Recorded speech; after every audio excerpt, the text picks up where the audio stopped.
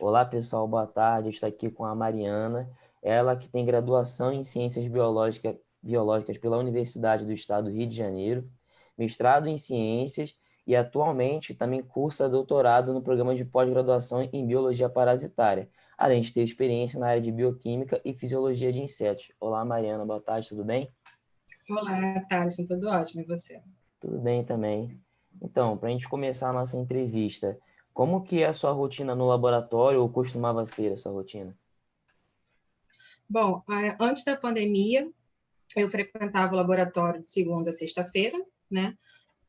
Eu realizava meus experimentos na bancada, e aí eu fazia isso ao longo da semana. Depois, normalmente, eu tirava um dia para pegar esses dados dentro dos meus resultados, passava para o computador, fazia análise estatística, né, em um programa, e depois eu marcava uma reunião com o Fernando para a gente discutir e debater esses resultados, né? Além disso, eu frequentava e participava da reunião interna do laboratório, que consiste em duas reuniões, né?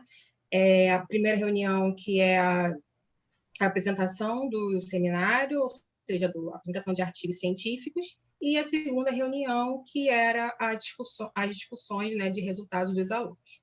Era basicamente isso, Sim, entendi. resumidamente.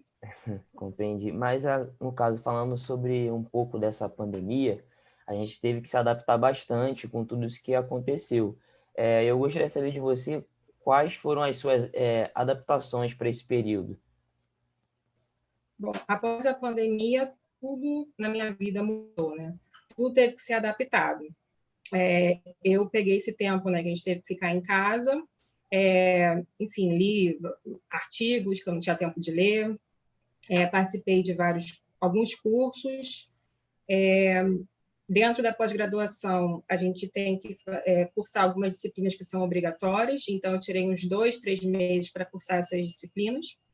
Além disso, aproveitei esse tempo também para escrever o meu artigo do mestrado, então já escrevi o meu artigo, e agora eu estou escrevendo o artigo da iniciação científica, que estava um bom tempo, né, guardado, e agora eu e junto com uma outra aluna do laboratório, que é a Maiara, nós estamos escrevendo esse artigo, e também estou escrevendo e revisando um capítulo da apostila do curso de verão que nós fizemos sobre fisiologia de insetos.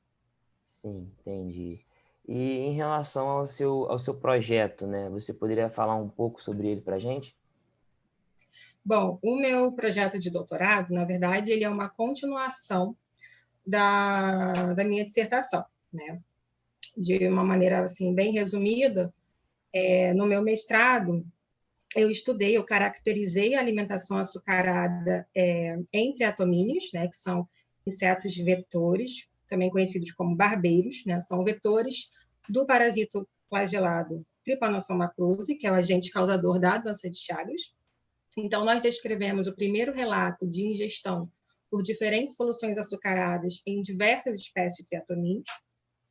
E como é um estudo, né, muito recente, muito novo, nós resolvemos dar continuidade no doutorado para entender melhor o que há por trás dessa ingestão pronunciada, né, por que esses insetos têm uma avidez por açúcar, uma vez que eles, por mais de 100 anos, foram considerados insetos hematófagos, ou seja, insetos que se alimentam de sangue, e estudar isso tanto do ponto de vista fisiológico, tanto também quanto do ponto de vista evolutivo, né?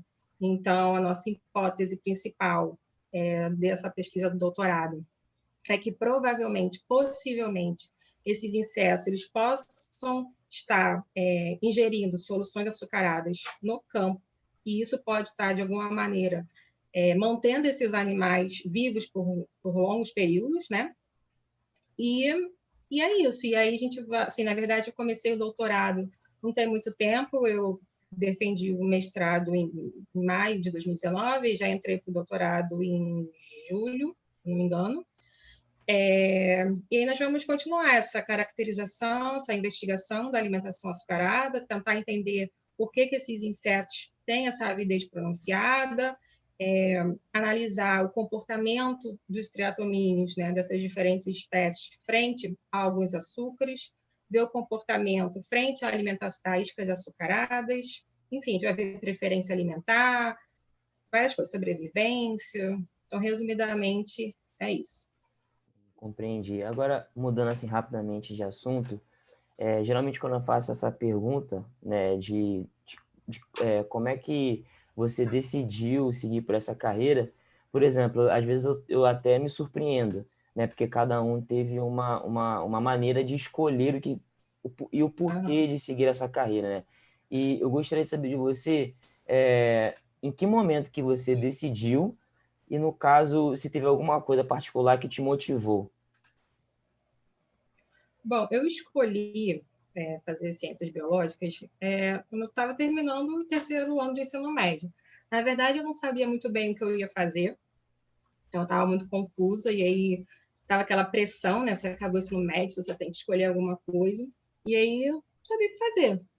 E aí eu comecei a pensar, o que eu gosto, né? O que eu gostava no ensino médio? E só, assim, eu amava biologia, era uma das disciplinas, uma das matérias que eu mais gostava, ainda mais quando a gente ia para dentro do laboratório, eu preferia do que ficar tendo aula de quadro teórica, né? E eu era fascinada pelas aulas de laboratório. E foi por causa disso, assim, né? Resumidamente, assim, eu nunca tive aquele sonho, desde criança eu tenho o sonho de ser médica. Não, nunca tive isso. E aí, em 2011, eu tentei o vestibular para a UERJ, passei, e aí eu fui, entrei, e apesar, né, da dificuldade, né, que existe nessa carreira científica, né, acho que foi a melhor escolha que eu fiz, assim. Sim, entendi. Você fez um comentário dessa dificuldade, né, de seguir pela carreira científica, e a gente vê que as pessoas, de um modo geral, a sociedade, ela não dá o devido valor, né? E eu gostaria de saber, assim, na sua opinião, qual é a importância, o tamanho dessa importância, no caso da ciência, na sociedade, e o porquê que a gente ainda vê pessoas que preferem deixar a ciência de lado. Uhum. Bom, eu acho que a ciência, ela exerce uma grande influência na nossa vida, né? Na nossa vida, no nosso cotidiano. E eu não consigo imaginar o nosso mundo atual sem ciência.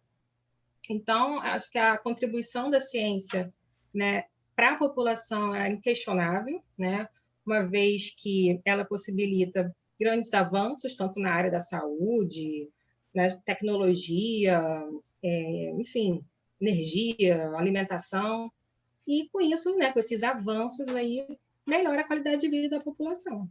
Então, sem ciência, a gente não tem progresso, né? Um dos exemplos assim, que eu gosto de dar, já tive uma feira de ciências, né, que a gente fez uma escola, que eu fiz licenciatura, né, e aí, às vezes, a gente tinha que organizar, enfim, esses eventos dentro de escola durante o estágio.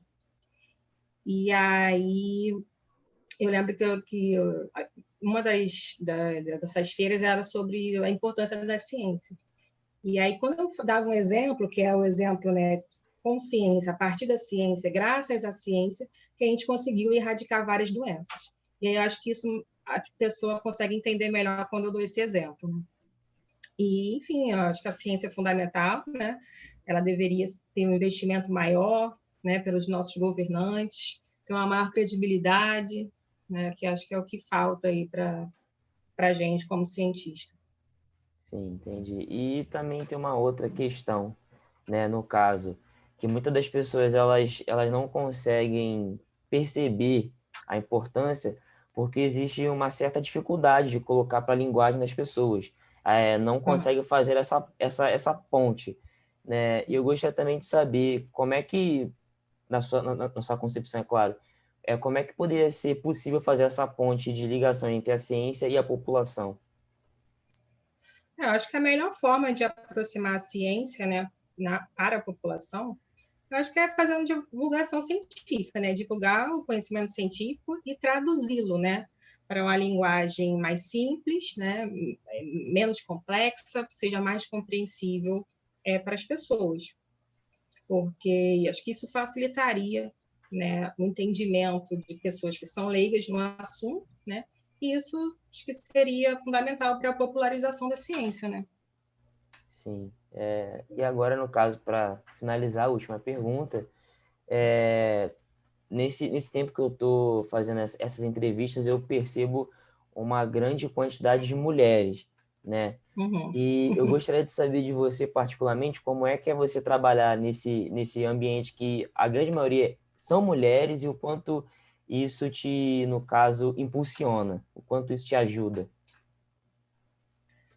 Bom, eu acho incrível, né? Eu lembro que quando eu fiz, assim que eu entrei na faculdade, de 45 alunos, acho que uns 5 eram homens e o resto era tudo mulher. E quando eu entrei na Fiocruz, que foi assim, acho que em 2013, se eu não me engano, eu achei que isso não seria assim, né? Achei que ia ter mais homens do que mulher. E acabou que quando eu cheguei no laboratório, acho que a maioria, naquela época também era tudo mulher, né? E na época a chefe do laboratório também era uma mulher. Então é muito legal, né? Porque você acaba se estimulando e se incentivando. A gente também tem a chefe atual, né, do laboratório, que é a Dani, né, que é a Daniele. Ela tem 2 filhas. Então, assim, fora, né, a Dani, né, que chefia o laboratório, nós também temos a presidente da Fiocruz, que também é uma mulher. Então, isso acaba estimulando demais, né? Ainda mais a gente que quer seguir, pelo menos eu, né, quero seguir essa carreira, e isso me estimula muito. É muito importante, né, essa representatividade da mulher na ciência. Sim, entendi. Então, Mariana, primeiramente eu quero lhe agradecer por você disponibilizar esse espaço, esse momento do seu dia para fazer essa entrevista. E agora eu quero deixar esses últimos minutos aqui em aberto para você agradecer, tá? Pode ficar à vontade. Bom, eu queria agradecer primeiramente ao meu orientador, né, pela oportunidade que ele me deu lá em 2013, que foi a minha primeira entrevista de estágio. Agradecer pelas conversas, pelas discussões de resultados, que são excelentes. Agradecer também à equipe do laboratório, né, pela parceria, né, que a gente se ajuda. E agradecer também aos meus pais, né, que são a base aí, né, que a gente se estrutura neles também. Então tá bom, muito obrigado, Mariana, e até a próxima. Obrigada a você. Tchau.